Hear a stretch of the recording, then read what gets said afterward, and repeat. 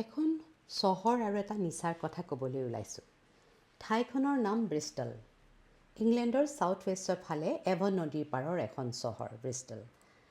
Evan নদীখনৰ দুয়োফালে চহৰখন গঢ় লৈ উঠিছে।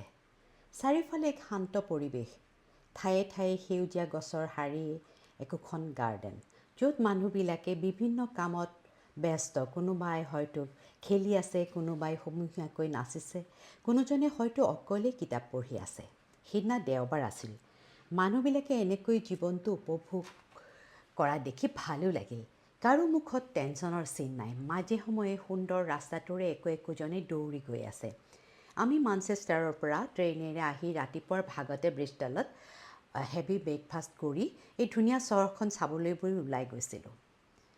পুৰণা পৰ্টটোৰ ওচৰতে আমি থকা হোষ্টেলটো। সেই ঠাইখিনি আটাইতকৈ ভাল লগা, জীৱন্ত। নদীৰ পাৰত বহি উইকেণ্ড এনজয় কৰি আছে মানুহবিলাকে। খোজ কাঢ়ি কাঢ়ি আমাৰ গধূলিয়েই হৈ গ'ল। ঠাইখন চোৱাৰ নিচাত পাহৰিয়েই গৈছিলোঁ যে আমি 20,000তকৈও ওপৰৰ ষ্টেপ ইতিমধ্যে খোজ কাঢ়িছোঁ।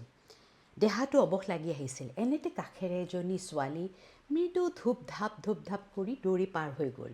মোৰ ভৰিত ৱাকিং শ্বু আছিল, পিঠিত এটা সৰু বেকপেক। ছোৱালীজনী দৌৰি থকা দেখি মই ৰ'ব নোৱাৰিলোঁ। তাইৰ পিছে পিছে ময়ো দৌৰিবলৈ আৰম্ভ কৰিলোঁ।